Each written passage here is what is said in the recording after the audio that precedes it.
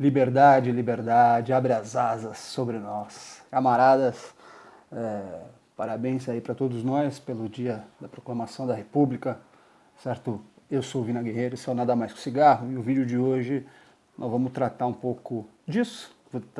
Vou tentar elencar esse tema com situações atuais que estão ocorrendo, dar uma contextualização histórica para vocês também. E quero começar parabenizando San Cristóbal de Havana, que hoje faz 500 anos, cara, meio milênio. Uma cidade como Havana, uma cidade que, se aqui temos candomblé, as religiões de matriz africana condensadas aqui no território americano, lá eles têm a santeria. Se aqui temos igreja católica, lá também eles têm. Né? Se aqui foi colonizado, lá também foi colonizado. Mas a diferença entre Brasília, ou Rio de Janeiro, ou Salvador, né, ou até São Vicente, que poderia, né, não é considerado a primeira capital, São Vicente, mas primeira cidade, né, brasileira, Havana conseguiu se liberar culturalmente, economicamente, dos grilhões dos países alinhados, ou alinhantes, camaradas. Hoje também é dia de festa, aqui na casa da Tatá virão amigos nossos para comemorar o aniversário de um camarada, André Teixeira, esse camarada que eu amo tanto, que é meu irmão, que não me deixou sozinho, assim como muitos outros não me deixaram sozinhos, e esses camaradas, alguns estão viajando, mas alguns deles virão para cá para comemorar o aniversário desse cara que merece. Tá com a luz ruim, né? Acabei de ver agora que eu não acendi a luz. Mas vamos lá. Parabéns aí, havaneiros. Guantanamera. Camaradas, é legal pensar hoje, né, Dia da República, e se você parar para pensar, talvez seja uma coisa que tenha ocorrido sem querer, mas talvez seja uma coisa pensada, por que não? Né? A gente só trata o Bolsonaro como um imbecil narrativo, mas nas imbecilidades dele, no rebaixamento de vernáculo, na falta de vocabulário desse nosso presidente, você pensar que nessa semana ele fez um aceno ao príncipe, numa reunião do PSL, ao príncipe, né, chamado Príncipe Felipe de Orleans e Bragança, tataraneto, se eu não me engano, de Dom Pedro II. Se a gente pensar que ele fez um aceno falando, pô, quem tinha que ser meu vice é você, não esse Mourão aí. Esse Mourão aí que é quem? Um general do exército. O exército que golpeia o exército brasileiro, o exército que golpeia a monarquia, fere de morte a monarquia, né? E aí substitui de maneira a monarquia pela república. Se você parar para pensar na narrativa disso aí, o que tem por trás disso tudo é um negócio absurdo. Primeiro que nós não temos príncipe. Esse imbecil desse Felipe Bragança aí disse que ele prefere ser chamado de príncipe a deputado. Deixa eu te falar uma coisa, príncipe Orleans. O dinheiro dos meus impostos, inclusive porque você é eleito, se eu não me engano, aqui por São Paulo, o dinheiro dos meus impostos são pagos para você trabalhar como deputado, não como príncipe. Eu não pago imposto para você ser príncipe. Então baixa a tua cabeça, porque a tua família não é porra nenhuma nesse país.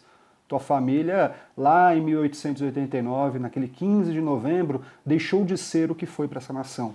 E eu não tenho problema com a dona Isabel, eu não tenho problema com o Dom Pedro II, nem com o Dom Pedro I eu teria problema. Por mais que não fossem perfeitos, eles eram agentes de seu contexto histórico. Mas você é só eu não vou xingar aqui, mas você é só um apaniguado atual desses caras. Você é um cara que tem que trabalhar como deputado, não como príncipe. Eu não me refiro a você como príncipe. Né? E também não vou me referir a você como princesa, como alguns maldosos estão fazendo aí, dizendo que você é homossexual e frequentava festas gays. Isso para mim é problema teu. O que um homem e uma mulher fazem com o corpo dela é mero problema dessas pessoas, ou mera solução para essas pessoas. Né?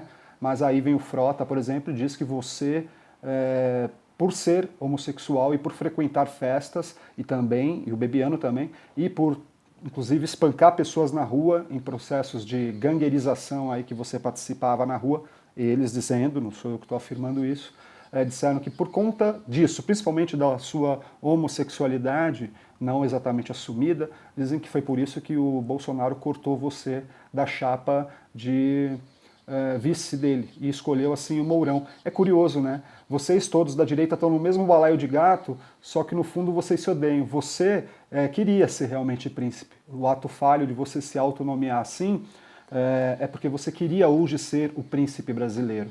Né? E eu nem sei se você é o primeiro filho homem da tua família, da tua geração, não sei se você seria realmente príncipe, ou se hoje você seria rei se a gente estivéssemos ainda em monarquia.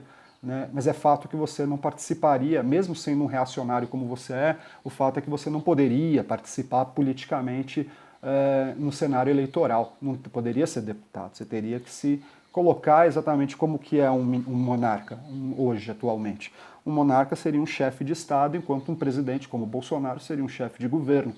Você é muito fraco, né, para isso. Vocês não conseguiram manter, né, o seu tataravô deu uma tropeçada no baile da Ilha Fiscal e disse, quase cai, né, e ele diz, o império, a monarquia tomba, mas não cai, né, um negócio assim que vocês falam, só que caiu um dia depois, alguns dias depois, na verdade, porque vocês não convidaram a esposa do Benjamin Constant. Esse é um dos fatores que poucas pessoas conhecem, mas o Benjamin Constant estava ali, a mulher dele falou, eu não fui chamado para esse baile da Ilha Fiscal, até quando eu vou aguentar essas humilhações de não ser parte dos amigos do rei, né? E aí ela enche tanto o saco do cara que o cara sai da cama e fala, beleza, eu vou dar a porra de um golpe para ver se essa mulher cala a boca. Isso é a esposa dele. É isso que os livros de história dizem. Livros pouco lidos, né? Esse tipo de coisa não cai, né, em provas e tal. Mas às vezes as questões tão comezinhas e pequenas, às vezes se avolumam e congregando outros fatores fazem com que certas estruturas mudem, cambiem, né, de mãos, no caso. Vamos falar também que aquele exército, naquele momento, era um exército positivista. E o que é o positivismo? O positivismo é o pensamento de Augusto Comte, né? E um cara francês que teve pensamentos de ordem e progresso, mas na verdade cortaram na bandeira brasileira esse lema, porque na verdade o lema positivista diria o seguinte: o amor vem por base, a ordem por meio e o progresso por fim, acho que é isso. O amor vem por princípio, exatamente, o amor vem por princípio, a ordem por base e o progresso por fim, é isso, na verdade é isso. Cortaram o amor e ficou só ordem e progresso. Né? A bandeira brasileira de verdade, se ela quisesse ser realmente positivista, ela deveria estar escrito nela amor, ordem e progresso. Quem sabe um dia a gente não mude isso. E, inclusive, o amor, ordem e progresso tinha que vir em vermelho, que é a cor do sangue dos habitantes daqui. Não é vermelho de comunista, não é vermelho de nada não, mas é o vermelho simbolicamente representaria também o sangue dos brasileiros, mas também a cor do pau-brasil, da semente do pau-brasil. Certo? Do que sai ali também da casca do pau-brasil. Né? A tintura vermelha. Certo? E aí, aquele exército ele era positivista. E o positivista Augusto Comte, ele foi um cara que aprendeu, teve aulas, assim como um outro cara que teve aulas naquela mesma época, Simão Bolívar, tiveram aulas na França com um homem chamado Saint-Simon. Saint-Simon é definido por Karl Marx como um socialista utópico. Ele não era exatamente um socialista científico. Né? Quem vai cientificar o socialismo é Karl Marx, dizendo que tudo mais que se dizia socialista naquele período, que significava outra coisa e não a propriedade, monopólio dos meios de produção, a propriedade do Estado de todos os meios de produção. Tá? Significava uma outra coisa para os utópicos. É o Marx que vai transformar o socialismo que aqueles caras defendiam em uma outra coisa, tá? Então nós podemos dizer que o positivismo, que é a disciplina que mais, inclusive, influencia o alto oficialado do exército nesse momento, que são segundos ou terceiros filhos de uma nascedoura burguesia, ou até filhos da nobreza em tempos monárquicos no Brasil, são eles que vão estudar na Europa, principalmente na França, né, o melhor lugar para se estudar naquela época, e eles que vão trazer de lá essas ideias, todas essas ideias iluministas. Uma dessas ideias iluministas, o que compreende dentro dessas ideias que quebram, né, que produzem outros paradigmas e derrubam certos tabus da época, uma dessas ideias é o positivismo. O positivismo vem para o Brasil dessa maneira que ele é introduzido no Brasil e parte do exército, o glorioso exército brasileiro, Duque de Caxias, de todos eles, parte desse exército era bem positivista. Inclusive essa é a mesma tradição, o positivismo, né? Então, que é neto do socialismo utópico de Saint-Simon, certo? Vamos estudar o que é Saint-Simon, senão não vamos entender como é que Júlio de Castilhos, que era outro positivista, vai levar certos entendimentos positivistas para o Rio Grande do Sul e assim influenciar uma geração de gaúchos que começa lá em Borges de Medeiros, passa pelo Manuel Vargas, que passa para Getúlio Vargas, que passa, de certa forma, também para a família Prestes, que vai depois se agregar ao comunismo e depois vai encerrar, o Luiz Carlos Prestes vai terminar a sua carreira política e sua vida como presidente de honra do PDT, né? E aí vai fazer também o quê? Vai influenciar, além de Getúlio, vai influenciando uma geração Oswaldo Aranha, muitos gaúchos bons, que vão fazer o melhor por esse país, inclusive, e vai chegar em Darcy Ribeiro, já tendo vindo também por Alberto Pasqualini, vai influenciar também Leonel de Moura Brizola, vai influenciar hoje o que? Carlos Lupe, o grande presidente, o grande herdeiro do trabalhismo brasileiro. Tá? O herdeiro do trabalhismo brasileiro não é Luiz Inácio Lula da Silva, também não é Ciro Gomes, embora a gente ame e goste muito do camarada Ciro Gomes. O herdeiro do trabalhismo é Carlos Lupe, certo? E com isso, essa é a tradição, né? É aí. A gente tem que entender a tradição que sai lá da França, vai fazendo seus caminhos, vai chegando para o Brasil, parte para o sul e vem para cá, aqui, ó, São Paulo espalha para todo o Brasil, Rio de Janeiro espalha para todo o Brasil, certo? Nós somos parte dessa história, meus camaradas. E hoje, no Dia da República, né, a gente tem que cantar isso, tem que lembrar essas histórias, tem que cantar o hino nacional. Aliás, você vê como é que é o entreguismo, como é que o entreguismo funciona. Eu fui escutar agora há pouco o hino da Proclamação da República, que eu gosto, toda semana eu escuto os hinos, um hino, gosto do hino Cisne Branco, o hino da Marinha, Cisne Branco, que em noite de lua. Gosto do hino do Exército, gosto do hino da Aeronáutica, eu gosto da canção do Expedicionário, gosto dos 4 hinos que a gente tem aqui oficiais no Brasil, né? O hino da Independência, o hino da Proclamação da República, certo? O hino à bandeira e o hino nacional. Né? E aí, escutando o hino da Proclamação da República, tem lá um site que está lá a bandeira parece, é uma bandeira de um estado brasileiro que parece a bandeira dos Estados Unidos, só que abrasileirado, né?